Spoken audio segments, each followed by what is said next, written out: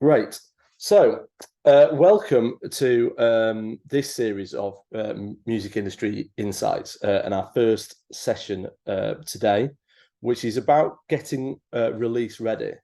So, the aim of this, well, I'll go through a little bit about what we're trying to do with these insight sessions. They're aimed really to be as like big chunks of information, really, about different topics, mostly informed by what a lot of the applications we get through our Launchpad open call. They're really responding to like a lot of what people said, where we can kind of give them a lot of information in one go. They're also quite useful references as well, we hope. So we will be making all the recordings available online afterwards, as well as the slides. And of course, we do kind of think and imagine that it'll be complemented by dipping into our kind of one-to-one advice sessions that you can book into. But also the our Launchpad Plus offer as well. And I'll kind of mention a little bit about those as I go on and a bit more at the end as well, just in case they're useful. So we're going to run this over the next 5 weeks, the next 5 Tuesdays. They're each covering a slightly different aspect, but really on a common strand, really. So today I'm going to talk about getting release ready. So basically, if you are looking to release your music, like what is the best things to have in order? We know many people will be kind of on board with releasing, but we kind of hope that kind of the information we're going to talk about today is kind of going to be quite methodical in terms of like how to approach it and kind of help you really sort of like have a system in terms of how you're planning that and what your approach is. Next week, we're going to talk about managing your royalties. So that's a talk we actually do quite a lot on like different things. We're going to talk about the nature of the way you can manage your royalties through recordings, through publishing, through neighbouring rights, and how to best make sure that you're collecting everything you're owed. So that'll be next week. In 3 weeks' time, we're going to talk about promoting yourself and your music. So a bit about self-promotion, a bit about audience building, a bit about reaching out to media.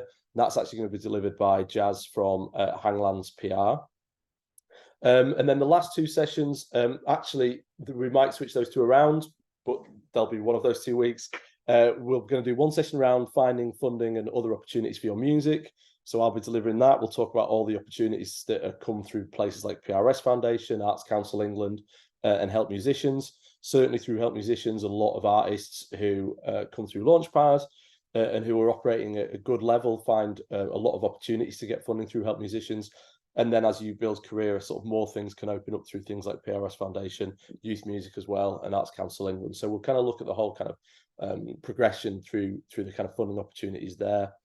And then finally, we are going to do a session on getting out there and playing live. So how to approach promoters, maybe how to approach promoters in different cities, the opportunities for putting on your own events and kind of what you need to think about when doing all of those things. So that's what we're really going to look at over the next 5 weeks through these sessions. So first of all, a little bit about me. Why am I here talking to you? What am I doing? So as I said, my name is Whiskas. My real name is Sam, but pretty much everyone calls me Whiskas. So I run Launchpad and all the things associated with it, Music Leads, Music Local, and all our related projects. We've been running this since 2019. So I sort of founded Music Leads out of a kind of initiative to support the music sector in Leeds. We grew in COVID to support across the whole of Yorkshire and supported artists right across the region now and have a lot of partnerships with different people and different organisations there, which is really fantastic. We've supported hundreds of artists, and yeah, hopefully it's a good thing. And thank you for coming onto this. I've done lots of other things as well. So currently, I also work part-time at Leeds Beckett University, where before I was running Launchpad for most of the time, I helped set up the undergraduate music industries management course. So I still teach a lot of music industry modules on that, or like the core one at each year group. Which kind of helps me kind of refresh a lot of this content a lot of the time. I'm also an advisor. So when we talk, like I mentioned just then about funding, well, I'm actually an advisor. I often sit on the panels for lots of funding organisations. So that includes PRS Foundation, Help Musicians, and Youth Music. So I have a bit of a sort of intimate knowledge of how a lot of those processes work that I, am happy to kind of share and pass on. And I guess how did I get into all of this? So in kind of feels like a previous life, I've done quite a lot of different jobs within the music industry. So I ran a record label 15, 20 years ago that was quite successful. I was in a band myself that toured across Europe and America and signed some record deals and had a few hits. I've produced artists. I've produced artists with quite a lot of streams and radio plays and things like that. And it actually all started when I used to put on live events. So I used to run a music venue in Leeds for a few years, where we put on quite a lot of bands before they got quite famous, which was fun. So kind of dipped into a lot of different stuff, and I was quite successful for a period of time. But I realized what I was always trying to do was sort of help the most amount of people kind of get somewhere, which is what I've been able to channel into Launchpad and all its other things now, which is quite nice. I have a lot of help from my fab team now. So that's where I'm coming from when I talk about this in terms of experience and the other kind of bits of projects that I'm involved in as well. So today, talking getting release ready, what we're going to talk about. So we're going to hopefully take this relatively, as I said, methodically. And as I said, most of you, the ones of you I know on this call, people I'm sure have all released music. But one of the things we find a lot when we're guiding artists through with Launchpad is really that, having that longer term plan, that idea, that aspiration, and kind of like thinking about things in a methodical way. So hopefully we'll talk through, the plan is to talk through a lot of that stuff on this webinar. So first of all, we're going to talk about planning and goals. Essentially the first slide, I think, it says why. Why are you releasing? What are you hoping to get from releasing? And I just think that's a really important thing to consider. Talk about what you need to do to get ready, because even the most established artists come to us with a WAV and a bit of a draft of artwork. Well, actually, the more you have prepared, the more you can make the most of your release. Talk about the actual routes for distribution, because I'm sure many of you are aware there's lots of different ways in terms of getting your music online now. What are the things to look out for? What are the kind of things that might help you the most? Touch a little bit on how to promote your release. Obviously, we'll cover a lot about that in a few weeks' time when we talk about promotion and audience building, but we'll talk about some of the bits that are really connected with, how you upload and the mechanics of doing a release. We'll mention a little bit about direct to fan. So I suppose how you release your music that is sort of independent of the DSPs. And sorry, I've used that DSPs without explaining it there. So DSP stands for Digital Service Provider. So that's kind of a collective term for Spotify, Apple, Amazon, Tidal. We tend to use DSPs because often it's a bit like a Hoover. A Hoover is a brand, or a Dyson is a brand. We don't want to say Spotify and just mean Spotify. We might mean all streaming services. So in that respect, we tend to use the word DSPs. And then just like the promotion, we'll touch a little bit on royalties, but the majority of that will then it's relatively simple when it comes to releasing your music this way, and we'll talk about that in a lot more detail in future weeks, or next week, in fact. So first of all, planning and goals for your releasing your music.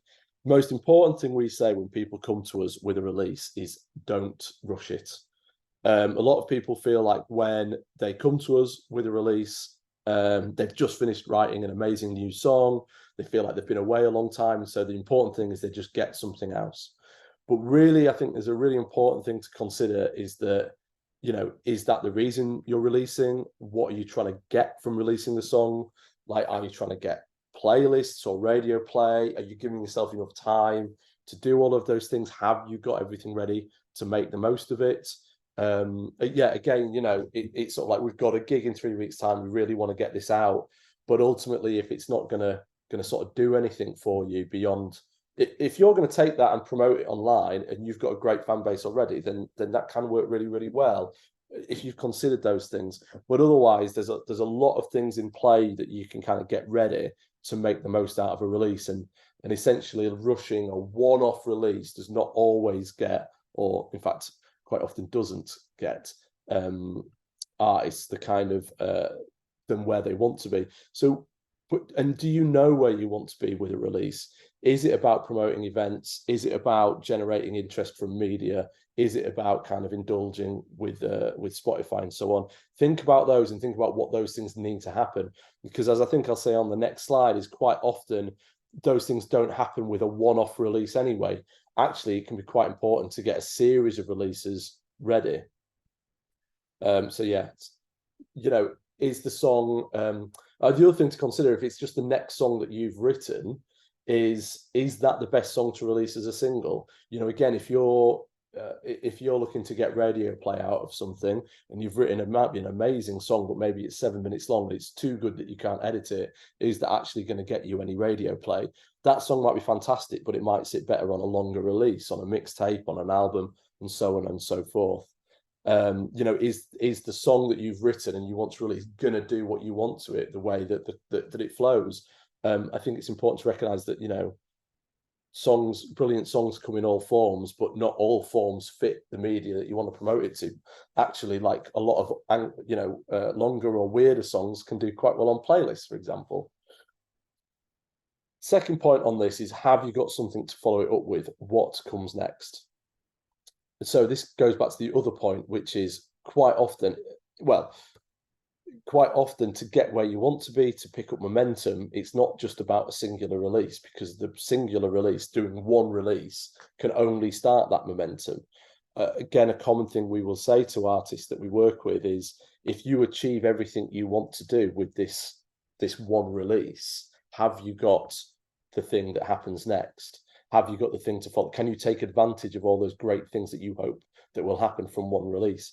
And again, you know, artists who start to build momentum often get into a pattern where they're able to plan releases 6 to 9 months. And we know it can be really difficult, but then during that 6 to 9 months, they're writing and recording that next release as well, so that they can build. And I don't think it has to be a constant. It's not about constantly releasing, but especially if you're trying to attract interest from within the industry, whether that's record labels or radio or press, being able to tell someone what's happening next, whether that's in 6 weeks, 3 months, or 6 to 9 months, that's really important, so they know that there's something coming next. If the answer is just like, I don't know, it can often make it harder for people to help you. So even if it is 6 to 9 months in the future, actually, you know, having that idea and that plan that you're working towards, as I said, helps people to help you. Have you got time to promote it properly? You know, that kind of does what it says on the tin, and often it's, have you got time to promote it properly? Because again, a common trap we find artists move into is they feel they've got to release quickly because it's got to fit in with something else, like a gig that's already been booked. But you know, maybe the band are on holiday, or maybe you know, there are other live events happening, and actually you find it really difficult. We actually one artist we released, it was actually a long run up to the release, but then they were on holiday on release day. We had to turn around to them afterwards and said, you know, we could have moved that. You could have moved that date so it was easier to post on socials, for example. So thinking about, like, can you make the most of it in the time that you've got? And then, yeah, are you able to promote the release with live dates? Well, I've talked a lot about, often people end up doing short-term releases because they've already got a gig or a festival booked. But of course, the opposite is true as well. You know, if you are able to choose a timing of your own, can you do live dates to promote it? And I'll mention shortly that there is a feeling that streaming services do, like, especially Spotify, do like to see live activity near the events as well. And it can also be a really good thing to post on your socials, to just get your friends down to celebrate. And again, there'll be artists who make all kinds of different music, and there's all kinds of different ways that you can do those kind of live events. Again, we worked with an electronic artist who just kind of did a listening party, but it was really nice for them just to bring the friends together, and it just gave a little bit more kind of buzz to the kind of release date, shall we say. So yeah, I've touched on all of these things already in sort of talking, but I think it's really important to think about what do you want to achieve with the release, and think about all the different things that you're trying to do. And many of you may say, well, you want to do all of these things, but often can be a case of actually thinking like what the priority is. I already mentioned that, you know, some songs won't necessarily sit well on radio, and some might feel less playlist friendly. Some songs you might choose to do things, disregard a lot of what I've just said, in terms of advice, because you know there's something really specific that'll work to build your fan base, and you've got plans to do mailing lists and other things like that. The industry interest is one. If you know that there's something, you know, if you're trying to attract the attention of a record label or something like that, there can be other mitigating circumstances that really affect that. So, but what is it you're aiming for across these? And I'm sure there'll be others as well. And what is it about that release that is really going to touch into it? And are you kind of doing your bit really to, have you thought about what's going to happen to achieve each of these things? And again, we probably won't go into detail on all of these. We'll pick up some of them in the kind of promoting your release webinar in a few weeks' time. But it's the idea that you are today is getting release ready. So when you're getting release ready, have you thought about what your aspirations are for each of these things? So just a few practical tips in terms of timescales. You really want to give yourself as much, have as much ready as possible before you kind of commit to a release date.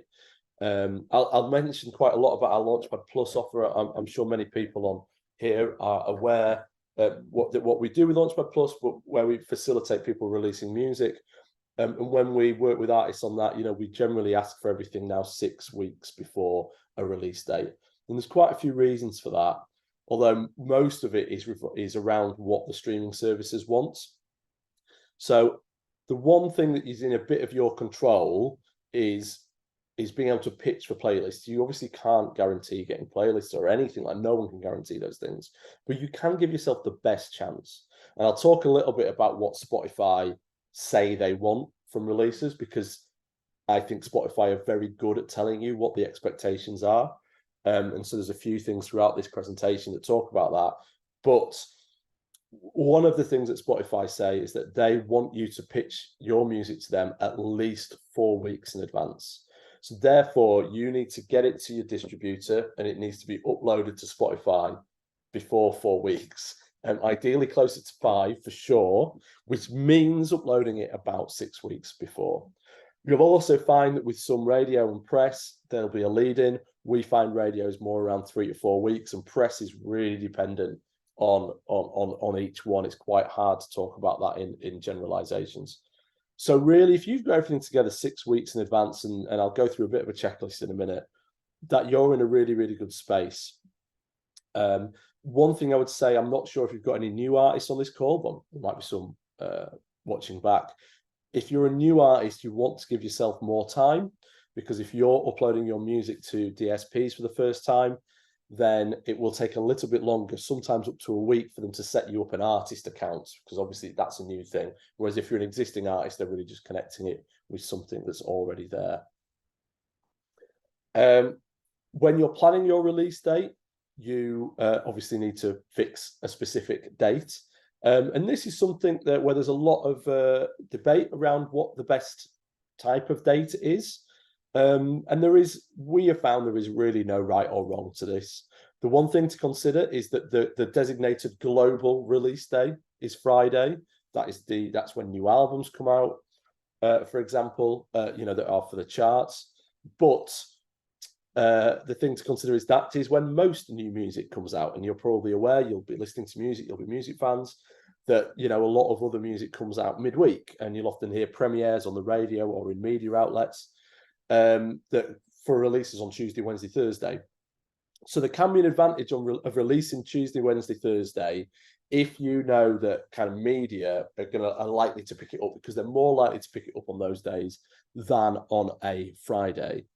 The flip of that is that, again, what we get told is because Friday is the recognized release day, that is the day that they would prefer your music to be released. Although I'll be honest, we haven't seen much evidence that you are treated less favorably if you're released during the week. So really, it's up to you to consider, and there is no right or wrong, but those are the things to consider. The other thing to consider when you come to approaching your release is, I've already mentioned a few times about the nature of releasing like a single one-off track. Is it better to do a one-off? Is it better to know what's going on? Well, again, many of you will consider releasing like an EP project or an album where there are multiple releases. So we definitely see the benefit of artists releasing in a plan. So if it's a 4-track EP, they might release multiple tracks in the run up to that whole EP. So other few things to consider if you're doing that. How much of a gap do you leave between releases? At the minute, we're recommending 6 weeks as a minimum, really, because that gives you a chance to kind of pitch each one in between. What are the goals for each track? So again, if you're releasing a volume of tracks, you might think that some are more suited for pitching for playlists. Some are better for pitching for radio or for press. Again, a point at the bottom of this slide here is you actually might find it quite difficult if you're releasing 4 tracks over a project. You might find it hard to get it played on the each different one played on the radio, or each different one getting a feature in a magazine. I mean, especially I think with the PR angle. So again, think about what you're wanting, the goals for each one of those. And again, there's some information there about what Spotify really likes. So Spotify wants frequent releases, but you can't pitch more than every 4 weeks, which is why that 6-week gap is optimal. But also your track can still appear in certain Spotify playlists up to 4 weeks after release as well. So getting that timing right and that natural build throughout a project is another kind of important consideration. Here's a good example of something that we did. Trying to feel like I've missed this concept of water falling out as well a little bit here. So again, this is an example of a project that we released this time last year for an artist called Precept. He released a whole album. So the artwork at the bottom is 4 singles leading up to the album campaign, and each single was that 4 to 6 weeks apart. But we also built the releases. So by the time we released the 4th single, Glimmer, all the singles were the B-sides to that single as well. So you've probably seen this in action. It's the music industry calls it waterfalling. So with each single, you like add the previous single. And what that means is by the time the album comes out, it's sat on kind of healthy streams. There's already a bit of interest. It already feels like the campaign is quite active as well. So really thinking about how you build through that is really important. I think there's another, this might well be on a slide in a minute, but the other thing to consider with all of these kind of projects is that if you are going to do a campaign like that, again, it is a good idea to have all the assets and all the recordings ready together. So if you're going to release something, your first single in 6 weeks' time, and then there's another 6 weeks for a release, another 6 weeks for a release, another 6 weeks for a release, and the whole campaign is 3 months. Well, actually, that release at the end of the campaign, you also want to upload at the same time as the first one. So that point, it's getting it ready 3 or 4 months in advance. But you've probably recorded the project in one go, so hopefully that isn't too much of an issue. But we really see the benefit in having that all lined up, especially with Spotify, because when you're trying to pitch music to them and say that, you know, I've got a release coming, it's evidence there within your kind of Spotify for artists. And I think the other thing about that is that we notice if you're not doing that because maybe one bit of it isn't ready, you're waiting for a mix, you're waiting for artwork to be finished for future releases. But we also often see how that can really, really derail a campaign. You know, you suddenly get 2 singles in, everything's going well, but then actually, you know, that mix never got finished, that artwork never got finished, and actually then it becomes a really jittery campaign. So again, going back to the advice at the start in terms of having everything lined up before you go, we do feel that's really important, and that means like everything as part of a campaign. So yeah, before you actually commit to that release date and you start uploading, try and have all these things finished and have them finished, as I say, across the whole campaign. Now, some of them you need ready before you can upload. So obviously you need a mastered recording and you need the artwork. You know, you can't upload anything unless you have those. But do think about whether you've got the following things ready, or at least the assets to get them ready. So again, in the world of social media and DSPs, promo photos are really, really important. Talk a little bit in a minute about, again, like your profiles across kind of DSPs and so on, and actually being able to refresh them with kind of new promotional photos is something really, really important, and it is something that certainly Spotify track how much you're doing, how active you are. Have you got a press release? You know, are you able to, you know, again, we talked about what the ambitions for the track are. If you're sending it to radio, you're sending it to press. Have you got that kind of description of the song, that kind of chat, that contact? And again, we'll talk about that in a few weeks, and we'll touch on it in a minute when we talk about pitching as well. Something that new artists sometimes, you know, overlook is the agreed songwriting split. So as soon as you're in a group and starting to release music, it's really important to kind of understand and have agreed the kind of contribution that everyone is making to that songwriting. In terms of practicality, I talk about this a bit more next week, but you know, practicalities, you can't register it to claim any kind of publishing or PRS royalties until you have agreed that split. And so yes, that's really important. And then the final thing, which can be really useful, is to have an instrumental recording as well. We see that sometimes come up if you're ever asked for your music to be used on in other ways, like on TV, which is something I'll again talk about a bit more next week. But it's just before you finish that process of finishing the recording, it can be quite useful to have an instrumental version that is ready in case you ever need it. Okay. So assuming you've got all that ready, you've got your release date, you've kind of got all your assets ready, you're ready to kind of upload it and set your release. It's time for you to choose, you know, how you upload it. Now we know that there's loads of options out there now. And so, and again, we often get asked like, who's the best? And it's not really up for us to say who's the best. It's really down to kind of personal relationships and all of those things. The first thing, one thing we do say is, can you speak to them?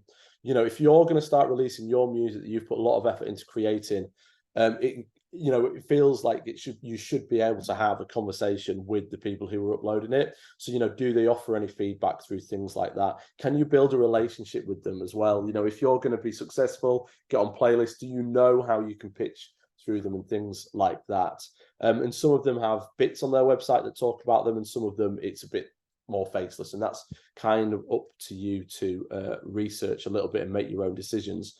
Also important to know what charges you're liable for. So most distributors now charge an upfront fee, and so, which is quite often like on an annual subscription basis. A few take a percentage. Personally, my preference is always with people who take a percentage because they're slightly more invested. My feeling is, if they take your money and distribute it and they're not getting anything else, they have absolutely no incentive to help you, really, from the point that they've taken your money. Whereas if they're taking a percentage from you, then they have that incentive. You know, they need you to be successful in order for them to make money.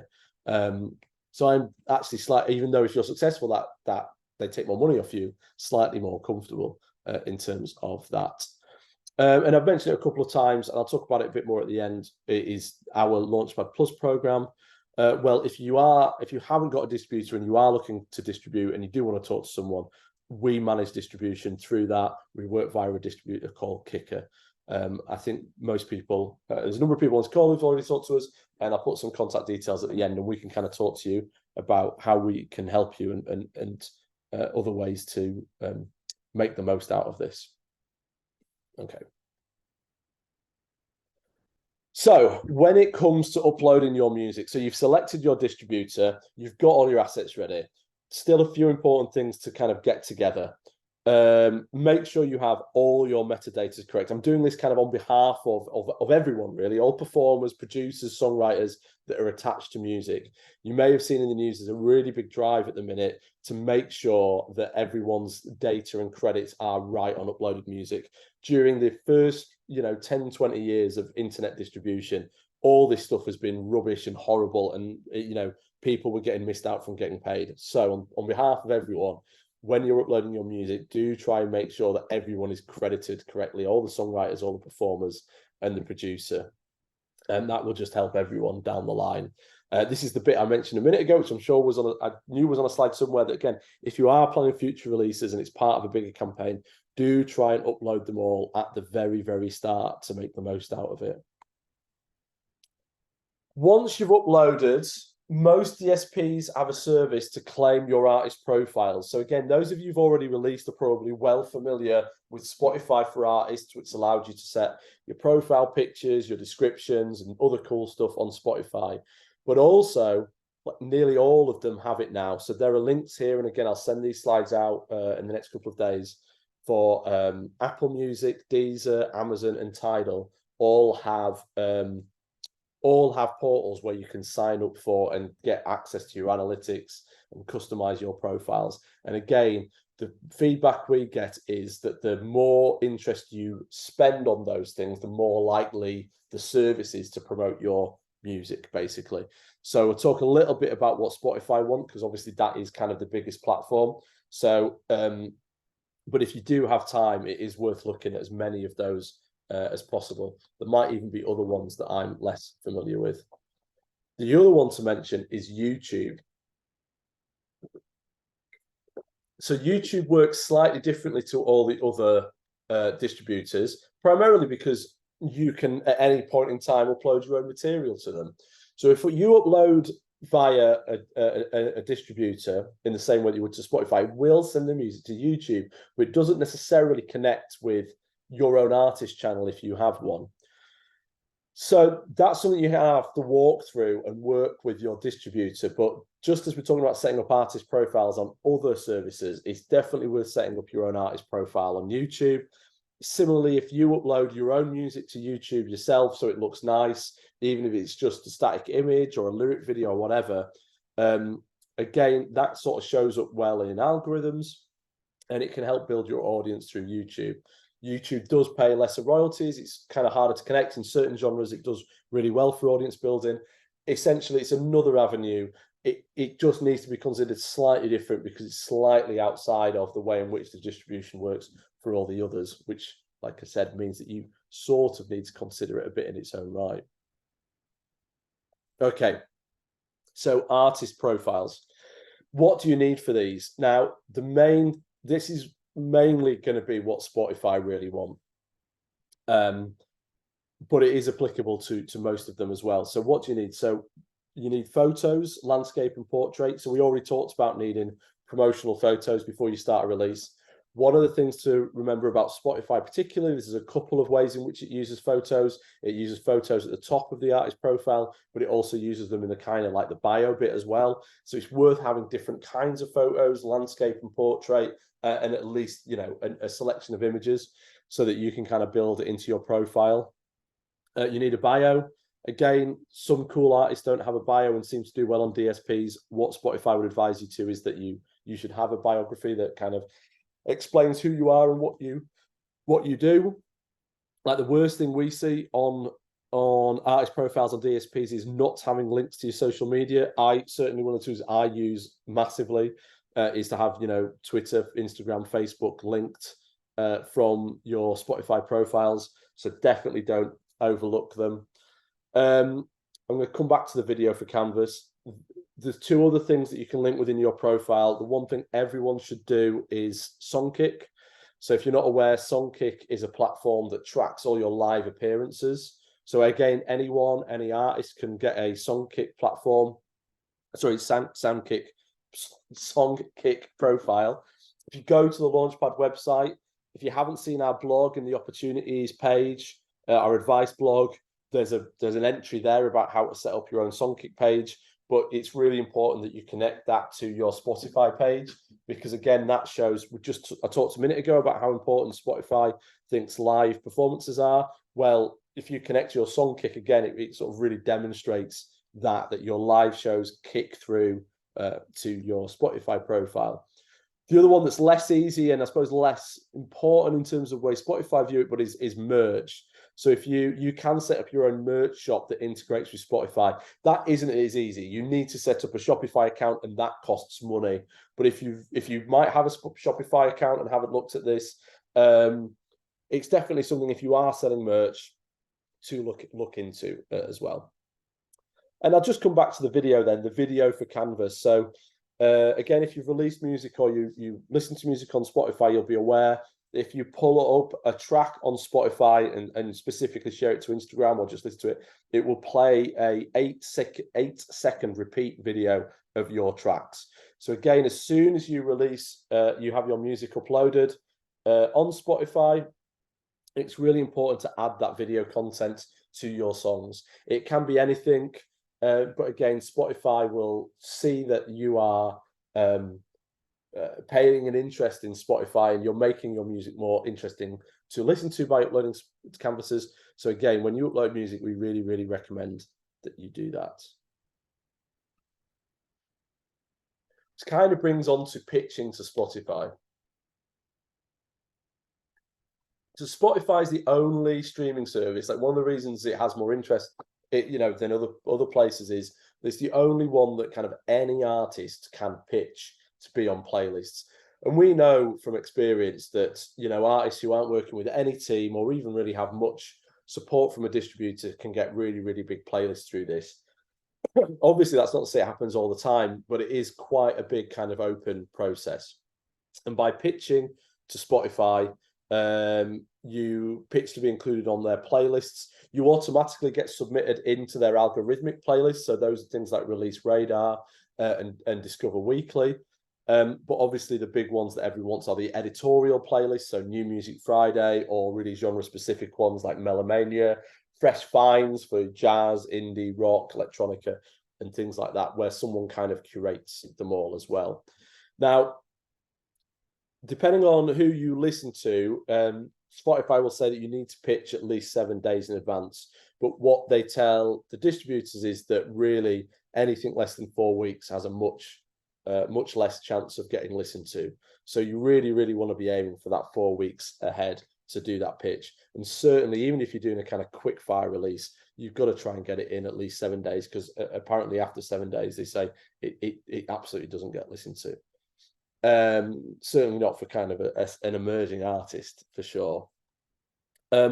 It's a pretty simple form. If you're not aware, you pitch through Spotify for Artists. You go to your unreleased music section, and then it offers you the opportunity to pitch. You can only pitch unreleased music. So if you're doing a release that's coming up with a new song and a song that's already been out, you can only pitch the song that's not been released so far. So do bear that in mind. When you're doing the pitch, it is something that, again, the feedback that we get is it's quite based around buzzwords. So if you can name playlists you think it would work well on, if you can name drop kind of other artists that it sounds similar to, if you can name drop support it's recently had, it's been radio played, press, and also describe the track. If you think about a lot of Spotify playlists, it's based on mood, it's based on feelings. So if you can talk about what kind of mood that a release evokes, it's worth building that into the pitch as well. It's worth bearing in mind you do only have a few hundred words, or I think it's about 150 words maybe, to write this, so you can't really go off on it. But do try and kind of cram what you can into it and make it as direct as possible. And if you want to kind of find out about this, again, one of the things I quite like about Spotify is they do actually give you lots of information towards this. So if you go to the Found by Spotify for Artists playlist, they literally give you a guide, video talk about what their expectations from all of this are. So, again, if you're sort of sat at home on the sofa, twiddling your thumbs, there's loads. Spotify give you loads of stuff, sort of loads of inspiration for what gets the best out of pitching and things like that through their program.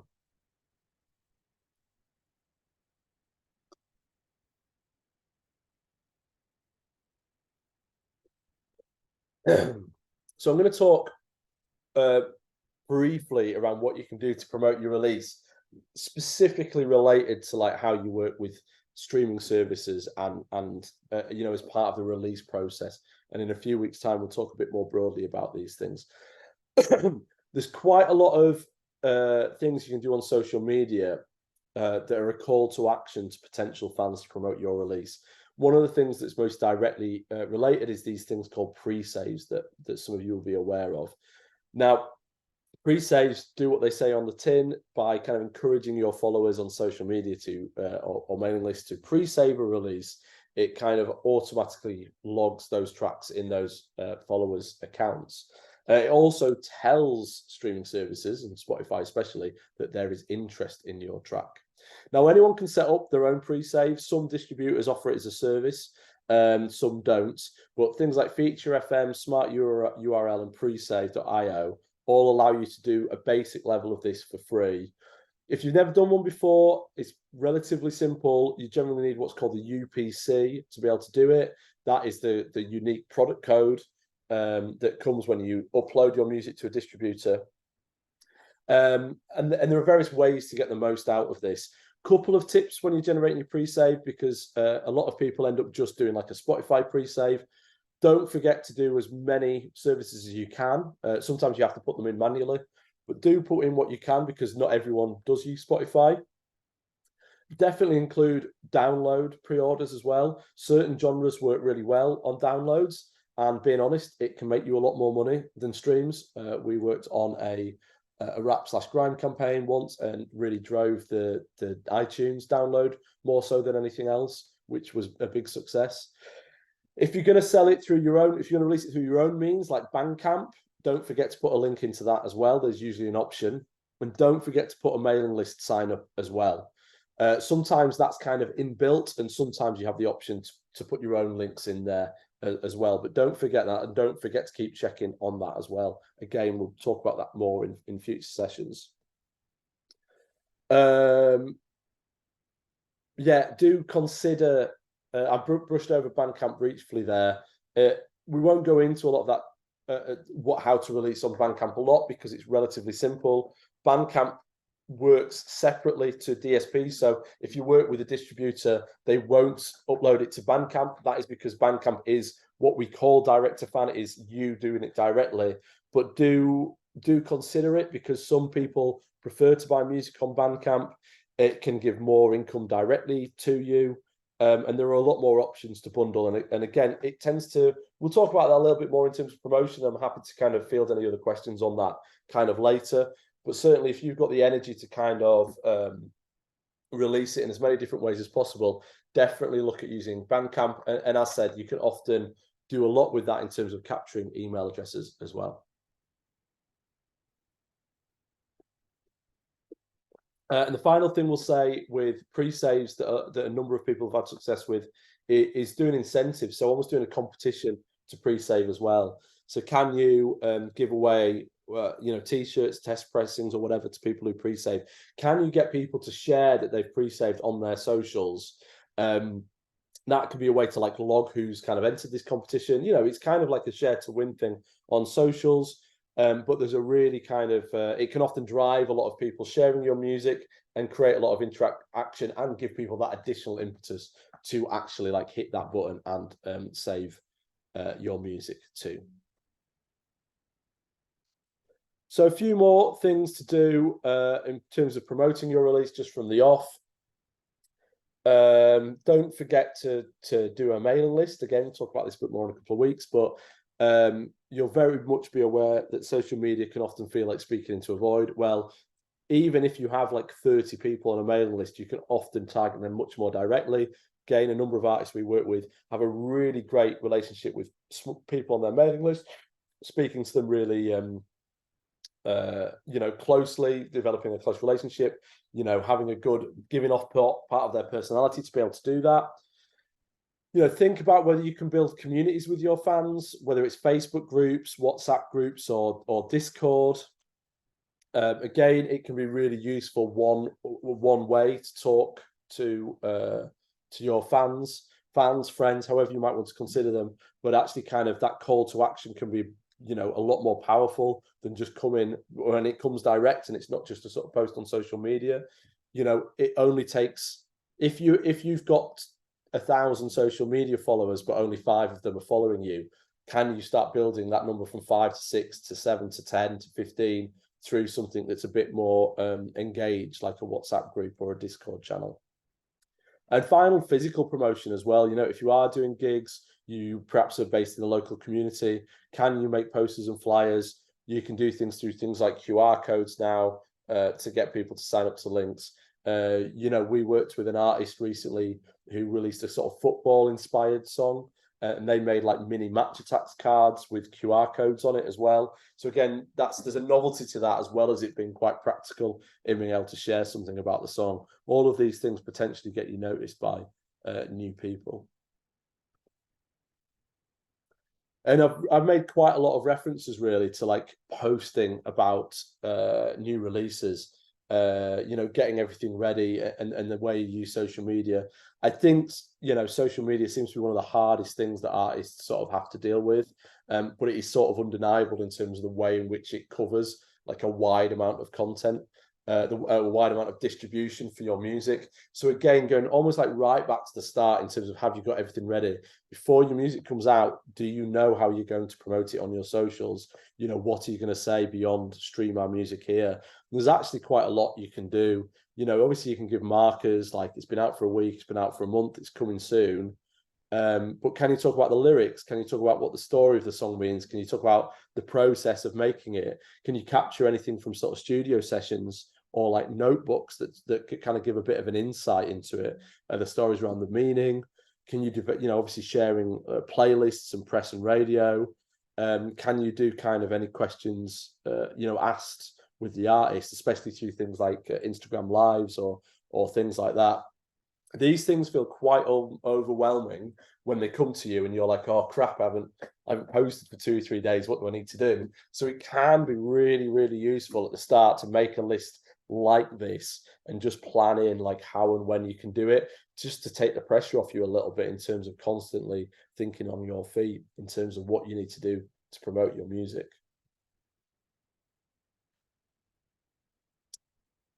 And kind of coming to the end of today, really, and talking about this, is the final like little note is royalties, because one of the questions we get asked, especially because we're trying to do so much about royalty collection with what we do at Launchpad, where does the money come back? Well, all the royalties related to the recording artists through streaming come back through your distributor. So they will come to the money, and depending on your arrangement, you will get the income through there. It's worth noting that is only kind of 82% of the total amount that you get that is due. The other 18% goes to the songwriters. You might well be the songwriters as well as the recording artists, but it goes to us in a separate route to the songwriter. It goes direct to PRS and MCPS. So they collect 18% of the income, and then they will pay that back to you through your membership of PRS and MCPS. Or if you're working with a publisher as well, they will get that. If the songs are played on radio, that is also paid out through PRS and MCPS and also PPL.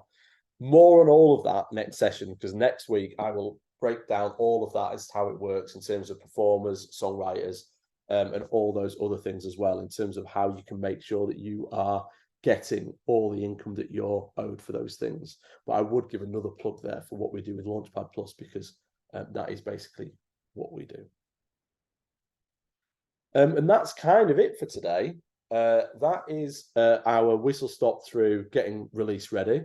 Hopefully, the idea was that hopefully that's a kind of methodical approach to getting your music ready to be released, things to consider, things you need to get ready, the best way to approach working with distributors, an initial first step in terms of how to promote your music when directly into streaming services. But hopefully, if you from today and like watching this video back, if you have, you'll see how various bits will kind of fit into the other sort of sessions we're going to do over the next few weeks. So next week talking about royalties, and in 2 weeks time talking about promotion. If you need any follow-on support for this, if you're not already getting industry advice from us, then you have you can book one-to-one advice from our team. It says every other Tuesday, but actually that's kind of ongoing thing now. So if you want to kind of take this up with the team, you're able to do that. And again, if you want support in managing your release and royalty collection, we actively offer that out now through our Launchpad Plus. I'm now going to stop the recording, and if anyone on the call wants to continue to chat, I'm more than happy to stick around and go through any questions.